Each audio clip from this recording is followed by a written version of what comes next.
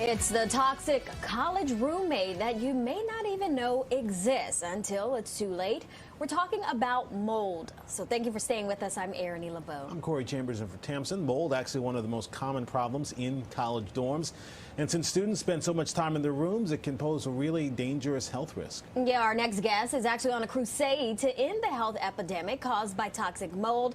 Please welcome mold and air quality expert and author of The Mold Medic, Michael Rubino. Thank you for joining us. Oh, thank you so much for having me, guys. Okay, let's jump right in. You've done a lot of research on mold in college dorms. So what have you found? Well, I found that a lot of college dorms have issues with mold, which actually led to a lot of media coverage over the past couple of years.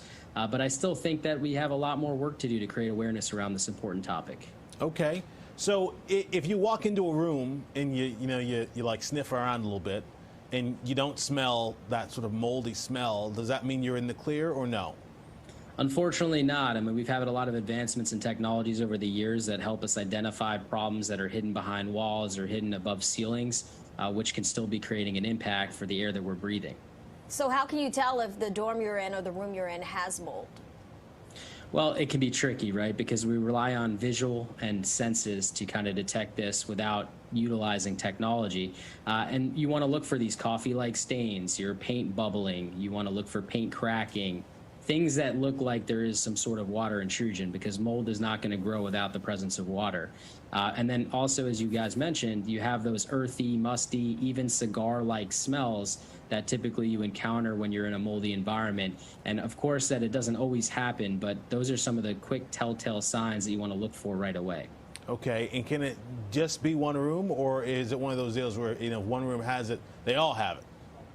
Well, one room can be the source, but unfortunately, if that source is consistently producing spores and these particles and toxins, that can impact you from even the room next door. So what are some of the health issues or problems that someone may experience when it comes to mold? Well, it could be very extreme. I've had a client who actually was so sick she had to get a GJ feeding tube installed just to be able to ingest food. But it also can be very acute, where you have things like brain fog, chronic fatigue, skin issues, gut issues, inflammation, and things like that. So it really impacts a lot of people differently, most like everything else on this planet, but it's definitely something that if you're looking to optimize your health, you want to be aware of your air quality. I know there's like different types of mold, right? Because we've all heard about like black mold and how dangerous that is, and then I know there's other molds. Is there a scale? Is there an amount? Where does it go from being safe to being unsafe? Well, it really becomes unsafe when there's just so much there that your body is working overtime essentially to try to remove what you're ingesting and inhaling. I think that's really what it comes down to. There's over 100,000 different types of species, so it is way more than black mold that we want to worry about. In fact, typically when we talk about black mold, we're talking about a mold called Stachybotrys, which is a toxigenic mold. But there's another mold that is called Cotomium, also typically black in color, that can be toxigenic. But then when we actually change gears to Aspergillus and Penicillium, those are typically white or green or lighter in color. And those molds can also be toxic, producing mycotoxins that can really create an impact on our body. So we just want to be diligent and make sure we don't have too much mold. That's really what it comes down to. Now, we know when it comes to college campuses across the country, some of these dorm rooms have not been upgraded in years. So why have you found in your research that some of these dorm rooms are more susceptible to mold? Well, it comes back down to that fact, maintenance. We have to maintain our homes and buildings and keep water away. And so if we don't have a good maintenance plan and we're not maintaining our buildings or our homes and we allow water to intrude, this can create some issues. Also, some dorms have, basements where people are living in basements, and any subgrade space is always more prone to moisture and humidity. It only requires 60% relative humidity for mold to start to grow. So it's really important to maintain water, moisture, humidity, and that's what's going to give us that successful action to mitigating the presence of mold. All right, so it sounds like we need to get a dehumidifier and really focus on making sure we keep that humidity level under. You said 60%? 60%. So we're going to keep it under. All right. Okay. And as far as stopping it in the first place, he went away. Is he gone? No, Oh, he's there he is. There he is. There he is. He's still here. I just did a little magic trick, that's all. and how do you avoid it in the first place? Because again, we talked before where you came on the segment that look, these spores, they're floating around all over the place. They're always there, just sort of waiting for an opportunity to grow. So how do you prevent that from happening in the first place? All right, so a couple different things. We already talked about water, so I won't harp on that again. But I think the other two things that are really important is air purification. You know, removing these particles from our air before they get into contact with our body is really important. And also, I'm going to say something that is not very popular, but unfortunately is true: cleaning. What is in our dust gets into our body. If you've ever sat on a couch on a sunny day and you saw that ray of light peer through a window, you know exactly what I'm talking about. Our dust is everywhere. And a lot of these particles, like mold spores and the toxins that mold can produce, they settle in our dust and then they opportunistically enter our body as our dust continues to recirculate. So cleaning your home, cleaning your dorm room, these are things that you want to stay on top of, because otherwise you're much more likely to inhale these pollutants. All right, so the mold medic, Michael Rubino, where can people go to get more information from your research and findings? Go to changetheairfoundation.org. That's where we're doing all of this work, trying to create all this awareness. It's a nonprofit, and we're here to help really change the air. All right, thank you so much for that. Thank you. Studies show exposure to indoor mold is linked to mental and physical health problems in both adults and children. A local family found out they had no place to turn after moving into a mold-infested apartment in Largo. I-Team investigator Jackie Calloway shares their story, plus if you're renting, what you can do to protect yourself. Whenever we moved in, I immediately said something's wrong, and we moved in, it was the 29th. Jess Laser said she got sick days after moving into this unit at Somerset Apartments in Largo. So puffy eyes, I was getting hives, really nasally congested. Mold expert Michael Rubino told the I-Team toxic black mold covered the floors underneath the vinyl in the family's apartment. Anytime you have too much particulate that enters the body, you're going to feel some adverse health reactions. Jess says she moved with her 2 young sons to Florida from North Carolina and did not actually see the unit until moving day. I put all my money into this apartment. Did you want me to give you her number, sir?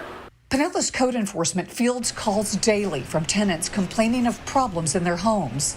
Division Manager Jude Reason advises renters to never sign a lease without first walking through the home or apartment. Complete as thorough of an inspection as possible. When it comes to mold, look for signs of water damage on walls or ceilings. Check tubs and shower areas for visible mold. Check sink cabinets for water damage.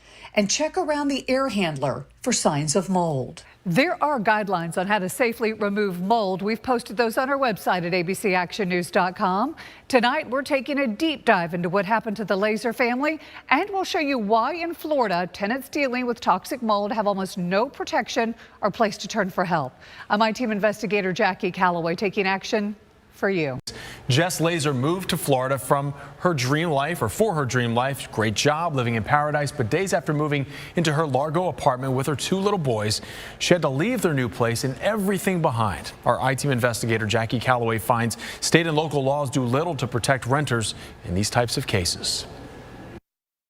I wanted my boys to have a better life. I wanted them to have more than me. Jess Laser moved to Florida to take a good-paying tech job and the dream of an easier life for her young sons. I didn't have much growing up. I wanted them to have more. Jess relocated to Somerset Apartments in Largo December 29th after she says management sent her a video of her unit. One of the leasing agents did send me a video through iPhone, but it was the very small video. She got sick days after moving in. So puffy eyes, I was getting hives, really nasally congested. And found what appeared to be black mold on the floors in the kitchen and bathroom. Well, we were walking around on the floor and it was just black everywhere. She complained to management and they removed the vinyl flooring. Then Jessica took these photos of the bare concrete in her apartment. A lot of the problems that were experienced in this apartment were below what the eye can see. Certified mold expert Michael Rubino says the photos appear to show mold covered much of the floor. And anytime you have too much particulate that enters the body, you're going to feel some adverse health reactions. 3 weeks after moving in, Jessica's doctor wrote this letter stating that there was a correlation between black mold exposure and her asthma and headaches. 4 days later, property management notified Jess that their own tests found, quote, no health risk, but in an abundance of caution, we will have remediation for moisture performed. They did say, well, we have a brand new, recently updated apartment. We can just move you in there. I was like, okay. But Jess said the new unit was dirty, and she worried it may contain mold as well. All right, so we have the same issue here. At our request, Michael Rubino inspected that second unit. Looks like mold to me, too. He found black mold in the bathroom and bedroom and on some of the Laser family belongings. Anything that's porous, like a fabric couch, for instance, cannot be effectively cleaned and unfortunately has to be discarded. According to one study published in the National Institute of Health, molds can cause respiratory symptoms and asthma. Another research paper found a connection between prolonged indoor mold exposure and decreased cognitive development in children under age 6. Jess said she feared for her family's health. She left the second apartment and all of her potentially contaminated furniture and personal items. I put all my money into this apartment. The I-Team found there is little recourse for people in Jess's situation under both state and local laws. Did you want me to give you her number, sir? Pinellas County Code Enforcement's Division Manager Jude Reason says his office often fields mold complaints from tenants. We don't have authority over that. Many counties, including Pinellas, simply don't regulate mold issues. We do not have an ordinance where we enforce mold specifically. It's very discouraging to tenants in Florida. And Martin Lawyer, who specializes in landlord-tenant issues with Bay Area Legal Services, says under Florida law, renters like Jess have only one legal remedy. The only effective way to make a landlord fix any maintenance problem in Florida is to file a lawsuit. The family has hired an attorney, but has not filed suit. I asked Somerset Apartments about her case. The complex's corporate office would only say, our attorney is working with Miss Laser's counsel to resolve this matter. What do you think the future looks like? I don't know. I'm just trying to get through today. Jessica recently sent the I-Team the results of air and surface mold testing she paid to have done by a certified mold inspection company. We asked Rubino to analyze those results. He says the tests confirm heavy toxic mold in both apartments. And I'm like on the verge of having to quit my job because I put all my money into this apartment. I'm I-Team investigator Jackie Calloway taking action for you. And when looking to hire a mold remediation business, asked to see that they are licensed as a mold assessor or mold remediator by the Department of Business and Professional Regulation. We have a link to look up a contractor in this story right now on abcactionnews.com. Well, Rashi, it's been now just about a month since we had the big freeze. Of course, we've been reporting on a lot of people who had their pipes to break and causing a lot of water to go into their homes. So now there's another issue that people are dealing with. That is mold. Fox 26's Tiffany Justice is live tonight looking closer into this issue and what can really be done about it. Tiffany. Right, we spoke to a mold remediation expert. He says if you had any flooding or water damage to your walls, there's a good chance you might have mold. Mold's kind of tricky. Michael Rubino, a mold remediation expert, telling us mold is much like a plant in that it has roots, and to get to the root of the problem, it must be fully removed. They actually have to remove the drywall, unfortunately, and actually clean it and remove the roots of it that's growing into the wood structure behind the drywall. A big and expensive project that Rubino says insurance companies don't like paying up for. Most insurance companies, they only want to cover up to $10,000 or $20,000. The silver lining here is that obviously water happened first, and everyone has water damage up to policy limit. If mold is left to grow and fester, it could cause long-term health effects like chronic migraines, respiratory infections that could equate to death, and the feeling of that onset cold that never goes away. 1 in 4 people are sensitive to mold. It's likely that one of those family members has a sensitivity to mold and can really be debilitated. Now, Rubino also suggests bringing in a third-party person like a private adjuster to also come in and assess the damage. Reporting live, Tiffany Justice, Fox 26 News.